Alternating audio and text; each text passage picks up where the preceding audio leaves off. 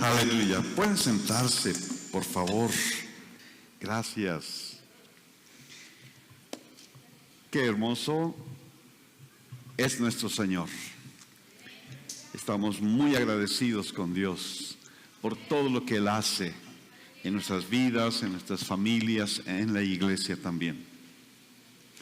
El domingo pasado empecé a compartir acerca de los capítulos 24 y 25 de Mateo, que fueron lecturas de la semana anterior. Y no pude avanzar tanto y quiero concluirlo ahora. Como siempre, quiero recordarles que van a poder disfrutar mejor la predicación si ustedes siguen las lecturas durante la semana. Dios les va a hablar durante la semana y luego va a confirmar su palabra en sus corazones el domingo, cuando compartimos acerca de esos capítulos que leímos. Entonces, la semana pasada hablamos como de una de las facetas importantes de la segunda venida. Dijimos primero que esta es una doctrina muy importante porque es el anhelo de Cristo. Cristo fue a preparar lugar para nosotros, pero Él dijo: vendré otra vez. También es una doctrina muy importante porque cuando nosotros abrazamos esa idea y amamos el concepto, la venida de nuestro Señor Jesucristo, simplemente por eso Dios tiene una corona para nosotros. Y cuando nosotros tenemos esta esperanza acerca de la venida de Cristo, surte un efecto muy poderoso en nuestra vida, porque nos purifica, nos limpia cuando estamos expectantes de la venida del Señor. Y entonces empezamos a ir a través del capítulo 24 de Mateo y encontramos ahí unas descripciones tremendas acerca de lo que el Señor Jesucristo llama la tribulación y la gran tribulación. Y dice el Señor Jesucristo que en medio de ese tiempo va a llegar la abominación desoladora de la cual habló Daniel. Y entonces nos fuimos rápidamente a Daniel, no en profundidad, pero solamente para mencionar la profecía de las 70 semanas de Daniel. Y cómo de este tiempo del cual el Señor Jesucristo está hablando corresponde a la última de esas semanas, la semana 70, en donde hay un príncipe que ha de venir, que confirmará el pacto con el pueblo de Israel, pero que a la mitad de la semana va a romper ese pacto y va a contaminar el santuario. Y entonces ahí se une la profecía de Daniel y la profecía del Señor Jesucristo. Y ese último periodo de la semana número 70 de Daniel corresponde a un periodo de 7 años dividido en dos partes de 3 años y medio. Ahora, después de que el Señor Jesucristo habla de este terrible periodo de juicio, especialmente un juicio que vendrá sobre el pueblo de Israel por su incredulidad, por haber rechazado al Mesías, entonces dice que inmediatamente después de esa tribulación, es decir, después de ese periodo de 7 años, después de la semana número 70, el Señor Jesucristo vendrá y todo ojo le verá, y entonces Él vendrá con poder y gloria. Y esto nos llevó a Apocalipsis 19, donde se menciona cómo el Señor Jesucristo viene, el fiel y verdadero, y en su vestidura está escrito este título: Él es el Rey de Reyes y Señor de Señores. Y Él viene para establecer su reino en esta tierra. Apocalipsis 20 nos habla acerca de ese reino milenial. Ahí tenemos entonces toda una secuencia de eventos. La semana 70 de Daniel, a la mitad con la abominación desoladora, y al final de ese periodo el regreso de Cristo con poder y gloria para sentarse sobre su trono y establecer en la tierra un reino de paz, un reino de justicia, un tiempo de restauración aún para la naturaleza. Ahorita nuestro pobre planeta Tierra está sufriendo excesivamente por toda el abuso que hemos hecho de ella, y lo vemos en muchas maneras manifestándose esa agonía del planeta Tierra en los temblores y en los huracanes y en el calentamiento global y en los incendios por todas partes. Pero el Señor Jesucristo viene, y cuando Él venga, aún el planeta y la naturaleza y los animales y todas las cosas van a vivir un tiempo de paz, de bendición, un tiempo glorioso que describe mucho el profeta Isaías. Pero entonces ahora queremos volver a Mateo 24, porque empieza el Señor a hablar de algo diferente. Cuando vamos al capítulo 24, versículo 37, hay un cambio de tono allí. El Señor Jesucristo empieza a decir que su venida sucederá después de un tiempo de relajación moral. Dice el Señor Jesucristo que será como en los días de Noé. Será como en los días de Noé. ¿Qué pasó en los días de Noé? Génesis 6 nos dice que la maldad de los hombres era mucha en la tierra, y todo designio de los pensamientos del corazón de ellos era de continuo el mal. Esta era la condición de la humanidad en el tiempo de Noé. Había un incremento de maldad terrible. Y el Señor, a través de Fer, nos estaba haciendo notar eso mismo, que en este tiempo la maldad se incrementaría en grado superlativo. Génesis 6 dice que en ese tiempo, el tiempo de Noé, se corrompió la tierra delante de Dios, y la tierra estaba llena de violencia. No nos puede quedar duda de que estamos viviendo los tiempos de Noé. La corrupción, la violencia, la maldad están aquí. Y el Señor Jesucristo dijo que cuando llegáramos a esos días de Noé, entonces Él iba a venir. ¿Qué pasó allá con Noé? Él se tardó décadas, muchas décadas, construyendo el arca. Y durante ese tiempo Él estuvo predicando. Él estuvo llamando a la gente al arrepentimiento. Él estuvo ofreciéndoles un camino de salvación. Había lugar en el arca para todos aquellos que respondieran a ese llamado de arrepentimiento. Pero ¿qué es lo que pasó? No quisieron oír.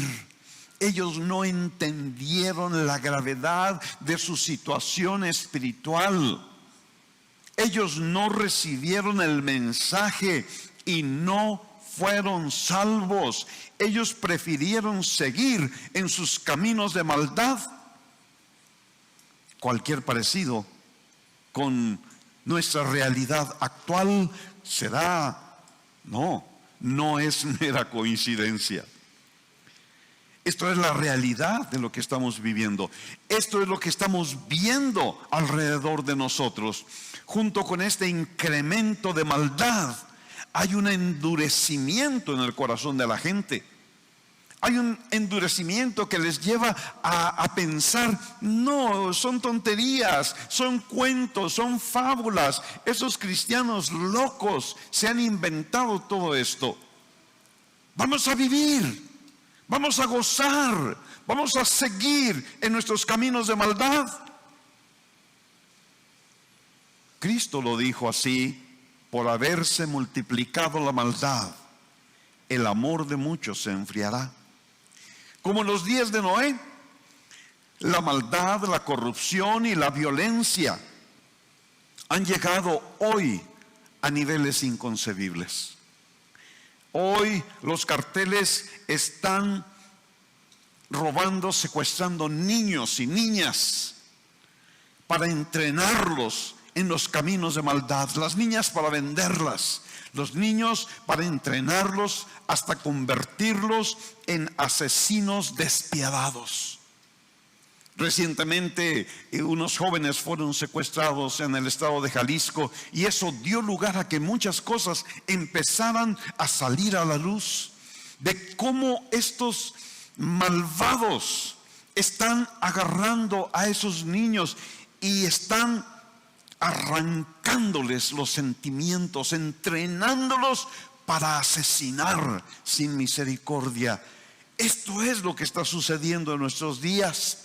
Hoy vemos por todas partes la adoración de la Santa Muerte, una idolatría espantosa.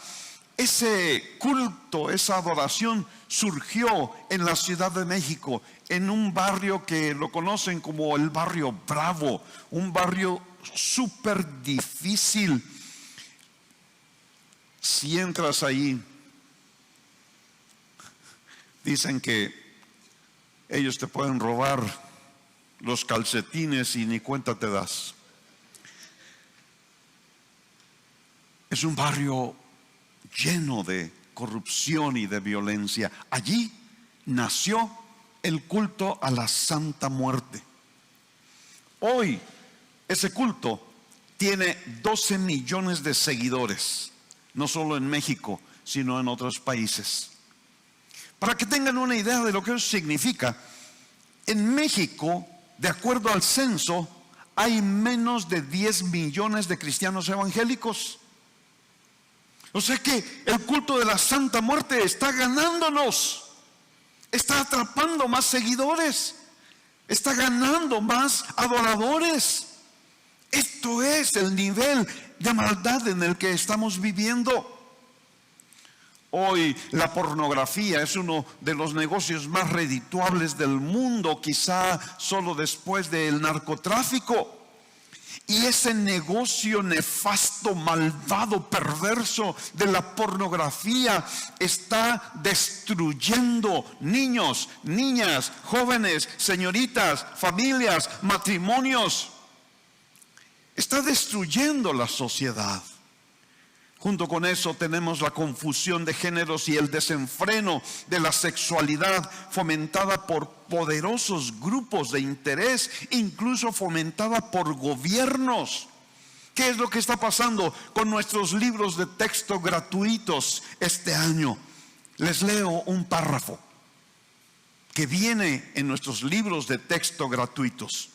La identidad de género es un concepto que se construye socialmente y permite a las personas identificarse como pertenecientes a uno u otro género. Controla y regula la conducta e incluso a veces la manera de vestir o de hablar. Recuerda que no siempre tu sexo coincide con lo que realmente eres. Eso dice el libro de texto. Esto es lo que le van a enseñar a nuestros niños en la escuela. Les van a decir, ser hombre o mujer depende de las condiciones en que estás viviendo, y tú puedes escoger qué quieres ser. Y estamos mandando a nuestros niños a esas escuelas. Y nuestros niños respetan a sus maestros.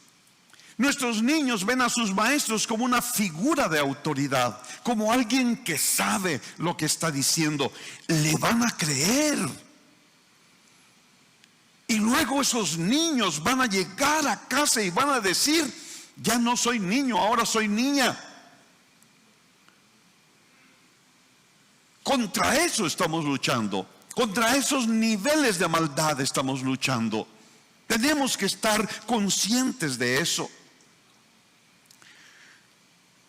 Podemos decir sin lugar a dudas que nos ha tocado vivir uno de los peores tiempos de la humanidad, en donde las tinieblas han crecido y parecen dominarlo todo.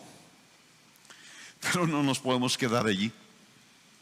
Tenemos que decir también que nos ha tocado vivir uno de los mejores tiempos en la historia de la humanidad, porque en este tiempo, cuando nosotros permitimos que la luz de Cristo resplandezca en nuestra vida, y cuando nosotros levantamos hijos en los cuales la luz de Cristo resplandezca en nuestra vida, entonces vamos a hacer una diferencia en esta generación. La oscuridad es densa, pero si tú permites que la luz de Cristo brille a través de ti, brille a través de tus hijos, entonces las tinieblas no pueden resistir la luz de Cristo. Efesios 5 nos habla de esta gran misión que tú y yo tenemos. Versículo 8, Efesios 5:8.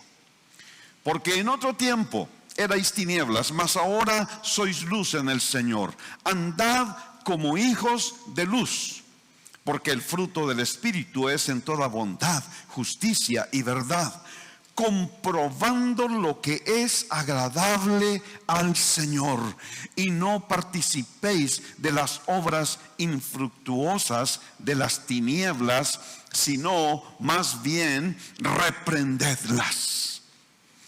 Cristo dijo: la maldad se incrementará. Ya lo estamos viendo, estamos viviendo en ese tiempo. ¿Y cuál es la misión que Dios nos encarga a ti y a mí? Anda como hijo de luz, anda como hija de luz en medio de estas tinieblas. ¿Cómo andan los hijos de luz? Andan buscando siempre, comprobando siempre lo que es agradable al Señor. Así andan los hijos de luz. ¿Qué es lo que hacen los hijos de luz? No participan en las obras infructuosas de las tinieblas, sino que más bien las reprenden en el nombre de Jesús. Fíjate bien cómo los llama el Señor a estas obras. Son obras infructuosas. Los que están en tinieblas piensan que están haciendo grandes cosas y que van a obtener muchos beneficios y que van a ser muy bendecidos haciendo esas obras de las tinieblas, pero son infructuosas, no tienen fruto, no pueden tener un buen fruto. ¿Y qué es lo que nos corresponde hacer a ti y a mí como hijos de luz? Reprender esas obras en el nombre de Jesús, por donde quiera que vamos y vemos esas obras y vemos lo que las tinieblas está haciendo en este mundo, esclavizando, dañando, destruyendo, matando. Nosotros reprendemos esas obras en el nombre de Jesús, porque tú y yo somos hijos de luz. Y entonces, cuando nos damos cuenta que estamos viviendo en los días de Noé, el Señor Jesucristo dice, Mateo 24:40, algo extraño va a suceder. Dice allí, entonces estarán dos en el campo, el uno será tomado y el otro será dejado. Y lo que yo quiero tomar en este momento es agua. Perdón. El uno será tomado y el otro será dejado. Esta palabra de ser tomado en griego es paralambano. Significa tomar a una o varias personas con uno mismo. Y esa palabra se aplica muy especialmente cuando alguien toma una esposa. Gracias.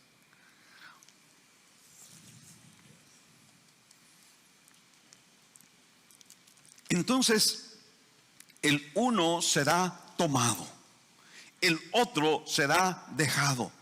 ¿De qué nos habla eso?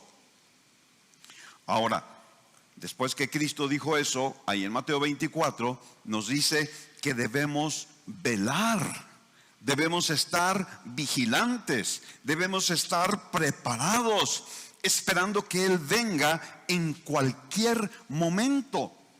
El versículo 43 dice: pero sabed que si el dueño de la casa conociera la hora en que el ladrón habría de venir, velaría y no lo dejaría entrar en su casa. Por tanto, también vosotros estad preparados, porque el Hijo del Hombre vendrá a la hora que menos pensáis. ¿Cuál es el mensaje? Algo va a suceder sorpresivamente. De pronto, ¡pah!, uno será tomado, el otro será dejado. ¿Cuándo va a suceder eso? No sabemos. La instrucción del Señor es: tienes que estar vigilante, porque mi venida será como ladrón en la noche. No sabemos a qué hora va a llegar. Entonces necesitamos estar vigilantes, preparados. Cuando Él venga, sorpresivamente, como ladrón en la noche, tomará a uno. Y como dice en Juan 14, vendré otra vez y os tomaré a mí mismo. Eso es el paralambano, para que donde yo estoy, vosotros también estéis. Pablo nos lo explica en Primera de Tesalonicenses, capítulo 4, versículo 16. Él nos pone claramente la imagen de la cual el Señor Jesucristo estaba hablando. Primera de Tesalonicenses 4:16. Porque el Señor mismo descenderá del cielo con voz de mando, con voz de arcángel, con trompeta de Dios, y los muertos en Cristo resucitarán primero.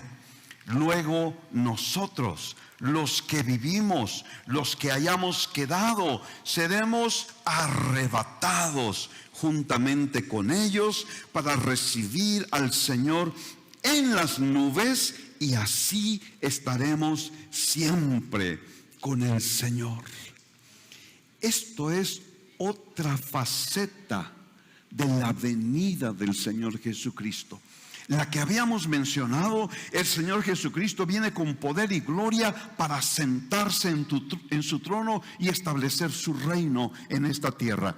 Pero en esta ocasión lo que Él está diciendo es que viene en los aires, no a la tierra, viene en los aires, y entonces toma a los que son suyos para llevárselos, para que estén siempre con el Señor. Eso es el arrebato. Esto es una parte de la segunda venida de nuestro Señor Jesucristo, una parte secreta, una parte en la que viene para recoger a sus santos. En comparación, la otra parte visible que todo ojo verá, Él viene con sus santos para establecer su reino en la tierra. Ahora, es muy importante que nosotros entendamos acerca de la segunda venida, pero también que entendamos cómo debe de ser nuestra vida mientras esperamos que el Señor vuelva. Y de eso nos vuelve a hablar aquí el capítulo 24 de Mateo, ahora versículo 45. Hay dos opciones de cómo vivir mientras el Señor vuelve. En el versículo 45 dice: ¿quién es, pues, el siervo fiel y prudente a quien puso su Señor sobre los de su casa para que les dé el alimento a tiempo? Dichoso aquel siervo a quien su Señor encuentre obrando así cuando venga. Primera opción: vivir como siervos fieles y prudentes. Vivir como siervos fieles y prudentes, cumpliendo nuestras responsabilidades en la casa, cumpliendo el llamado que Dios dio a nuestra vida, cumpliendo la tarea que Él nos encomendó, como siervos fieles y prudentes. Segunda opción, versículo 48.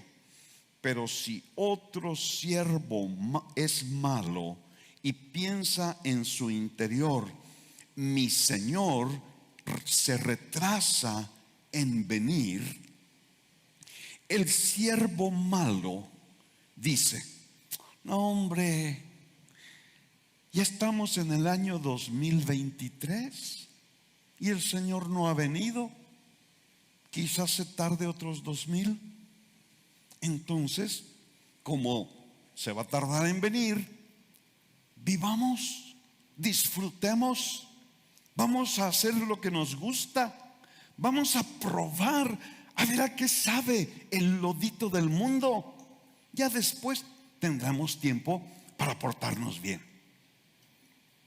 Ahorita somos jóvenes, hay que disfrutar la vida.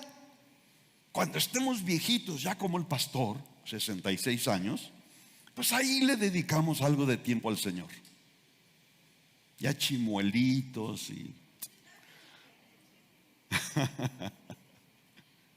el siervo malo, él dice: el Señor se tarda, yo puedo vivir como yo quiera. Dos opciones. ¿Cuál vas a escoger tú? Vas a ser el siervo fiel y prudente, que cuando el Señor venga te encuentre habiendo cumplido tu llamado, tu ministerio, el encargo que Él dio a tu vida. O vas a ser el siervo malo que dice: el Señor se tarda. ¿Cómo hemos de vivir? Ahora vamos al capítulo 25. Y en el capítulo 25 primeramente encontramos a 10 vírgenes, 10 jovencitas. Ellas están esperando al esposo.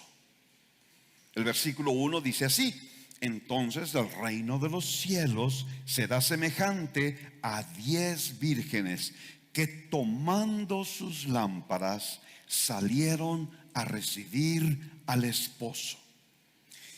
Tenemos que situar esto.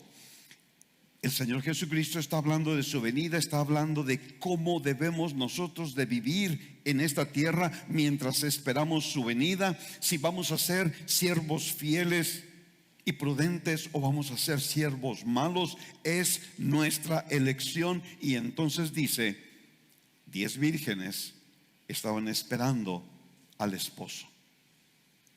Es decir, que esto es lo que va a acontecer al final de la era de la iglesia. Ellas no sabían a qué hora llegaría el esposo, pero ellas sabían que debían estar preparadas para recibirlo. Pero como el esposo se tardaba, se quedaron dormidas. Y de pronto el esposo llegó, y las que estaban preparadas entraron a la boda. ¿Qué es lo que hizo la diferencia? Las que estaban preparadas tenían aceite en sus lámparas. Las que no estaban preparadas tenían su depósito espiritual vacío. Vacío. No tenían aceite.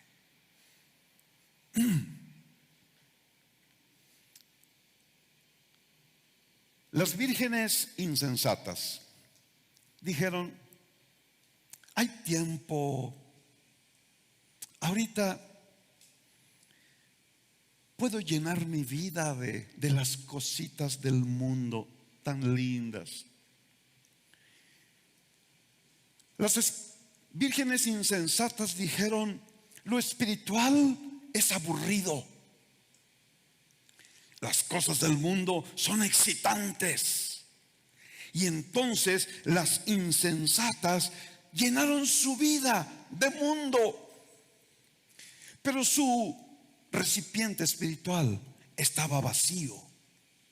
No tenían aceite. Pensaron encontrar su gozo y satisfacción en el mundo, y encontraron que el mundo nunca les puede dar un gozo verdadero ni duradero. Creo que es bueno recordar el ejemplo de Moisés. Él vivía en Egipto, él vivía en el mundo. En ese tiempo el más alto nivel de mundo estaba en Egipto. Y dice en Hebreos 11 un testimonio tan poderoso que necesitamos nosotros en este tiempo mientras esperamos la venida del Señor. Dice Hebreos 11, versículo 24: por la fe Moisés, siendo ya adulto, rehusó llamarse hijo de la hija del faraón y prefirió ser maltratado con el pueblo de Dios antes que gozar de los deleites temporales del pecado. Pues consideró que sufrir el oprobio por causa de Cristo era una riqueza de más valor que los tesoros de los egipcios, porque tenía puesta la mirada en la recompensa. Por la fe se fue de Egipto sin temer la ira del rey, y persistió en su propósito como si estuviera viendo al invisible. Mira, es cuestión de identidad. Moisés rehusó llamarse hijo de la hija de Faraón. Moisés prefirió ser maltratado con el pueblo de Dios. Ese es el corazón que tienen los siervos fieles. Esa es la actitud que tienen aquellos que aman la venida del Señor. ¿Sabes? Es cuestión de identidad. Eres hijo de la hija de Faraón, te vas a identificar, te vas a hacer igual que la hija de Faraón, o vas a preferir sufrir cualquier oprobio que sea necesario como un hijo del pueblo de Dios.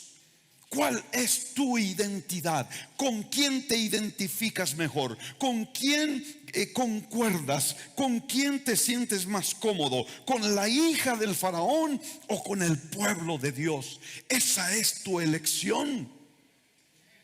Moisés rehusó llamarse hijo de la hija de faraón. Rehusó, dice aquí, tuvo por mayor valor. A ver, me estoy brincando aquí. Antes que gozar de los deleites temporales del pecado. ¿Qué es lo que hace la hija de Faraón? ¿Qué es lo que hace el mundo? Gozarse en deleites temporales del pecado. Pero Moisés, dice el versículo 26, él consideró como una riqueza de más valor las cosas de Cristo. Los tesoros de los egipcios, por deslumbrantes, por espectaculares, por excitantes que ellos puedan ser, no tienen nada que hacer, no le llegan ni a los talones a los tesoros de Cristo, a la riqueza de Cristo, a la recompensa que Cristo tiene para aquellos que han definido claramente su identidad como hijos de luz, como hijos de Dios, y que rehúsan llamarse hijos de la hija de Faraón. Dice aquí que él no tuvo miedo de la ira del rey. Él se mantuvo firme viendo al invisible. Muchas veces nosotros podemos llegar a tener miedo del faraón. ¿Qué van a decir de nosotros? ¿Qué van a decir de mí, mis amigos del mundo? Que para empezar, no deberíamos tener amigos del mundo, pero a veces los tenemos. ¿Qué van a decir de mí? Que soy un anticuado, que soy un mojigato, que soy un fanático, que soy un... Pónganle la lista que quieran. Y a veces por temor de lo que ellos pueden decir, aceptamos sus invitaciones, aceptamos la presión del mundo y nos identificamos con ellos y vamos en la misma corriente que ellos, porque nos da temor de ser, no sé, de ser hechos a un lado. Nos da temor de ser señalados. Nos da temor de que nos saquen de su círculo. Moisés no tuvo temor. Él se sostuvo mirando al invisible, mirando a Cristo, amando la venida de Cristo, siendo un siervo fiel y prudente, siendo una virgen sabia, llenando su copa de aceite de las cosas de Dios. La parábola de las vírgenes nos habla de la boda y cómo en el pueblo de Israel no había allí realmente lo que nosotros conocemos como noviazgo. Lo que sucedía era que cuando había interés por casarse con alguien, había un diálogo entre las familias y se establecía un pacto, un contrato. El esposo entregaba, o el futuro esposo entregaba, una dote, y a partir de ese día ella y él quedaban desposados, comprometidos. A partir de ese día ya se llamaban esposo y esposa, pero cada quien permanecía en su casa familiar. Él iba y preparaba la casa donde vivirían. Ella aprovechaba ese tiempo para prepararse a sí misma, para preparar su vestido, hasta que llegara el día de la boda. Y esa es la figura hermosa que se cumple en nuestra relación con Cristo. 2 Corintios 11:2 dice que porque os celo con celo de Dios, pues os he desposado con un solo esposo, para presentaros como una virgen pura a Cristo. Esa es la figura, el desposorio. Y entonces Cristo fue a preparar la casa. Y Él va a volver. Y nosotros, la esposa, estamos en un proceso de preparación para presentarnos en el día de la boda como una virgen pura para Cristo. ¿Qué es lo que está pasando en este tiempo? Esto es el tiempo antes de la venida del esposo. Efesios 5:26 dice: lo hizo para santificarla, después de haberla purificado por el lavamiento del agua por la palabra, a fin de presentársela a sí mismo como una iglesia gloriosa, sin mancha, ni arruga, ni cosa semejante, sino que fuese santa y sin mancha. Esto es lo que Dios está haciendo. Este es el proceso al que tú y yo necesitamos someternos en este tiempo mientras esperamos las bodas del Cordero. Ser santificados, ser purificados, tener esta preparación de tal manera que podamos ser presentados delante del Señor como una iglesia gloriosa, como una esposa gloriosa, bellísima, con su vestido sin mancha, ni arruga, ni cosa semejante. Tito capítulo 2 versículo 11 nos ayuda a entender cuál debe de ser nuestra actitud y cuál debe de ser nuestra conducta mientras esperamos el día de las bodas.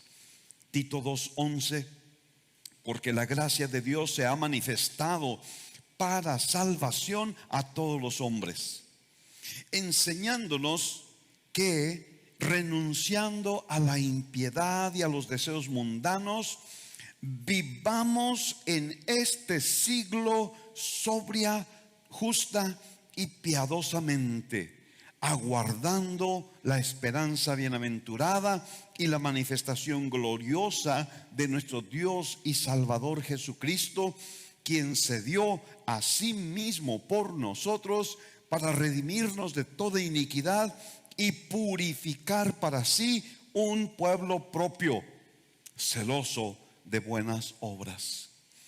Aquí nos marca en estos versículos el inicio. La gracia de Dios se manifestó para salvación. El Señor Jesucristo en su primera venida vino para morir por nosotros en la cruz y darnos gratuitamente el perdón y la salvación, y damos gloria a Dios por esa cosa maravillosa que Él hizo en su primera venida. Luego nos habla de la segunda venida, la esperanza bienaventurada, la manifestación gloriosa de nuestro Dios y Salvador Jesucristo. ¿Y qué hay en medio? En medio dice: vivamos en este siglo sobria, justa y piadosamente, renunciando a la maldad, renunciando a la impiedad, renunciando a los deseos mundanos. No llenemos nuestra lámpara de cosas ajenas al Señor. No permitamos que nuestra lámpara se quede vacía espiritualmente. No nos permitamos vivir una vida seca espiritualmente. El Señor Jesucristo viene pronto. El Señor Jesucristo viene pronto. Las señales allí están. Es cuestión de días, de semanas, no sé. Entonces, ¿cómo debemos de vivir? Debemos de renunciar a las cosas de este mundo y debemos llenar nuestra vida de Dios. Debemos llenar nuestra vida del Espíritu Santo. Debemos llenar nuestra vida de la palabra de Dios. Apocalipsis 19 nos habla acerca de la esposa acerca de la increíble, maravillosa fiesta de las bodas del Cordero. Y dice allí, Apocalipsis 19, versículos 7 y 8: gocémonos, alegrémonos y démosle gloria, porque han llegado las bodas del Cordero y su esposa se ha preparado. Y a ella se le ha concedido que se vista de lino fino, limpio y resplandeciente. Y es que el lino fino significa las acciones justas de los santos. Hermanos, no habrá una celebración más llena de gozo, más llena de belleza, más llena de gloria, más llena de gracia que las bodas del Cordero. Y este debe de ser nuestro anhelo: llegar a las bodas del Cordero y llegar preparados. Que nuestra lámpara no esté apagada, porque la esposa se ha preparado. Esto es tu tarea, esta es mi tarea. Necesitamos hoy, cada día de nuestra vida, estar preparándonos para participar de las bodas del Cordero. Aleluya.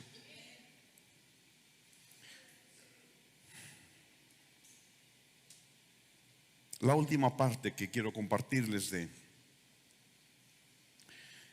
Mateo 25, y con eso creo que lo cubrimos todo, aunque como dije desde el principio no tengo respuesta para todo lo que ahí dice, pero creo que podemos tener este panorama bastante claro, los hechos relevantes de los que el Señor Jesucristo estaba hablando. Entonces nos hace falta hablar acerca de la parábola de los talentos que se encuentra en el capítulo 25.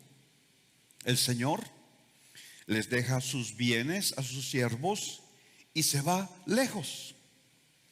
Y claramente esto nos habla acerca de nuestro Señor Jesucristo, que después de cumplir su obra en la cruz, se fue lejos, fue a sentarse a la diestra de Dios en los lugares celestiales, y le dejó a sus siervos el encargo, lo que tenían que hacer. Les dio talentos, les dio dones y se fue. Pero les dijo, Mateo 25, 19: después de mucho tiempo el Señor volverá para hacer cuentas con sus siervos. Entonces el Señor Jesucristo en su primera venida ganó para nosotros los tesoros maravillosos de la cruz del Calvario. Y entonces se fue y nos dejó sus bienes. Ahí está mi palabra, ahí está mi evangelio, ahí están mis mandamientos, ahí está mi ejemplo. A ver, hagan algo con eso. Y se fue. Pero les dijo, un día voy a volver y les voy a pedir cuentas. ¿Qué es lo que hicieron con los bienes que les dejé? Los siervos que negociaron con sus talentos y ganaron más talentos recibirán una palabra de felicitación del Señor y serán recompensados entrando al gozo del Señor. Pero los siervos negligentes, que no aprovecharon la oportunidad para ganar algún fruto para el Señor, ellos sufrirán pérdida. Aún lo que tienen les será quitado. ¿Cuándo va a ocurrir eso? ¿Cuándo estará el Señor pidiendo cuentas a sus siervos, que somos nosotros?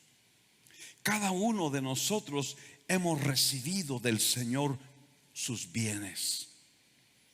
Tú has recibido salvación, Tú has recibido perdón, tú has recibido el tesoro de la palabra de Dios, tú has recibido el Espíritu Santo. Dios ha tocado tu vida, Dios te ha sanado, Dios ha restaurado tu familia, Dios te ha rescatado de las garras del pecado. ¿Alguien puede decir amén a alguna de esas cosas?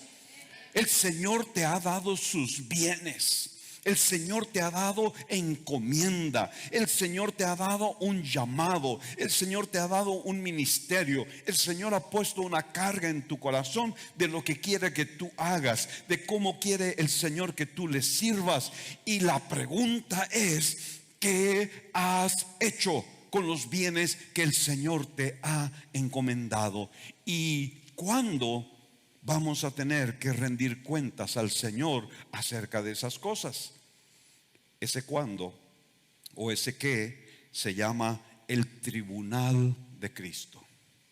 Y aunque hay muchas referencias acerca de esto, solamente les leeré en 1 Corintios capítulo 3 versículos 12 al 15. 1 Corintios 3, 12. Y si alguno edifica sobre este fundamento con oro, plata, piedras preciosas, madera, heno, hojarasca, la obra de cada uno se hará patente, porque el día la pondrá al descubierto, pues por el fuego será revelada, y la obra de cada uno, sea la que sea, el fuego la probará. Si la obra que alguno sobreedificó permanece, ese recibirá recompensa. Pero si la obra de alguno se quema, ese sufrirá pérdida, aunque él mismo se salvará como quien escapa del fuego. Ese es el día de rendir cuentas. Y no quiero que lo recibas como una amenaza. No quiero que pienses del tribunal de Cristo como el día del castigo. No, nuestro enfoque debe de ser que hemos vivido como siervos fieles y prudentes. Hemos sido vírgenes sabias. Hemos llenado nuestra lámpara de aceite. Hemos vivido renunciando a la impiedad y a los deseos mundanos. Hemos vivido para la gloria de Cristo. Hemos llenado nuestro corazón y nuestra mente de las cosas de Dios. Hemos llenado nuestra vida del Espíritu Santo y nos hemos permitido ser instrumentos de Dios para alcanzar a este mundo de tinieblas. Y entonces, cuando nos presentamos ante el tribunal de Cristo, lo que vamos a recibir, lo que esperamos es recompensa. Esperamos oír las palabras del Señor diciendo: bien, buen siervo y fiel, sobre poco has sido fiel, sobre mucho te pondré, entra en el gozo de tu Señor. Ese es el enfoque correcto. Entra en el gozo de tu Señor. El Señor Jesucristo nos está invitando. Mi hermano, mi hermana, el Señor Jesucristo nos está invitando. Él quiere que tú y yo entremos en el gozo del Señor. Y ese es un gozo no temporal, no efímero, no pasajero. Es un gozo verdadero, duradero, eterno. Es el gozo del Señor que Él tiene preparado para ti. Pero necesitamos estar preparados para rendirle buenas cuentas al Señor. No te preocupes. Decir esto para algunos es escandaloso, pero no te preocupes, porque aquí dice que aunque todo lo que tú hayas hecho en la vida se queme, porque tú tienes el fundamento que es Cristo en tu corazón, tú vas a ser salvo. No estamos hablando de tu salvación aquí. Estamos hablando de tu recompensa. Moisés dijo: no quiero las recompensas de Egipto. No quiero las recompensas de la hija de Faraón. No quiero los gozos temporales del pecado. Mi vista está en lo eterno. Mi vista está en lo invisible. Yo voy en pos de la recompensa celestial. Algunos se conforman con las algarrobas de los puercos en este mundo. Nosotros nos vamos a conformar solamente con el maná celestial que comeremos en la eternidad. No vamos a malbaratar nuestra vida, no vamos a malbaratar nuestra eternidad. Nosotros queremos vivir para ganar la recompensa, la palabra de Cristo. Bien, buen siervo y fiel. ¿Cómo estás viviendo? ¿Qué decisiones estás tomando? ¿Estás yendo tras el oropel del mundo o estás buscando la riqueza eterna? Nos ponemos de pie, por favor.